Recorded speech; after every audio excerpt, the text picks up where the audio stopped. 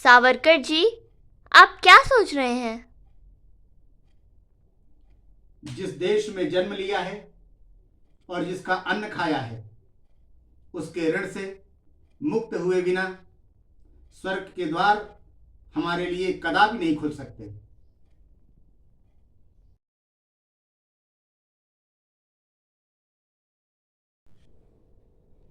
देशद्रोहियों की प्रथम पंक्ति में खड़े रहने से कहीं अच्छा है कि मैं विनायक दामोदर सावरकर देशभक्तों की अंतिम पंक्ति में खड़ा हो जाऊं।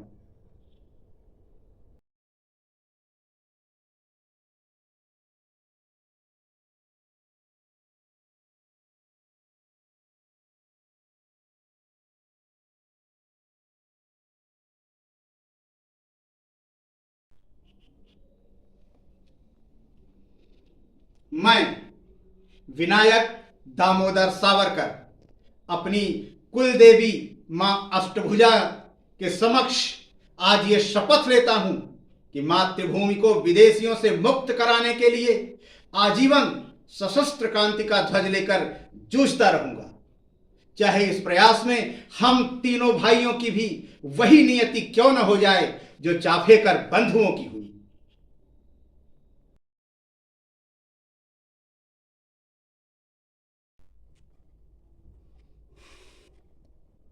वीर सावरकर जी, आपको काल से डर नहीं लगता?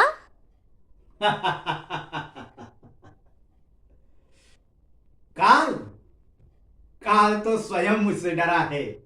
मैं काल से नहीं, काले पानी का कालकूट पीकर भी, काल के कराल स्तंभों को झकझोर कर भी मैं बार बार लौटा हूं, और फिर भी मैं जीवित हूं। हारी मृत्यु है, मैं नहीं।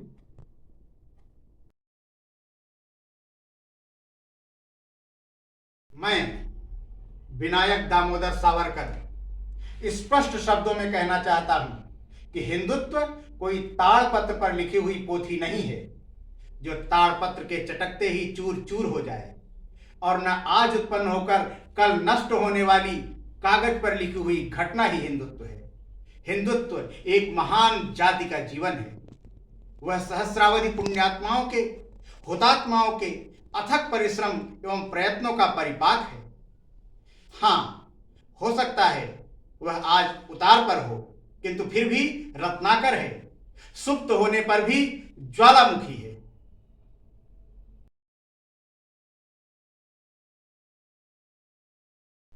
मैं सावरकर यह कहना चाहता हूं कि यदि कोई हिंदू मुसलमान या ईसाई द्वारा स्पर्श किया हुआ अन्न खा ले या उसका जल पी ले तो वह भ्रष्ट हो जाता है।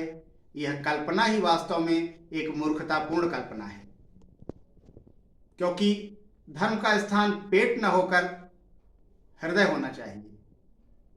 अब हमारे समाज में समाज हितकारी इस विचार क्रांति का दिग्दर्शन होना आवश्यक है। इसलिए अन्य व्यवहार से धर्म नष्ट हो जाता है, यह धारणा उचित नहीं है। हिंदू धर्म का निवास स्थान हमारे पेट में न होकर हमारे रक्त में है, हृदय में है और आत्मा में है।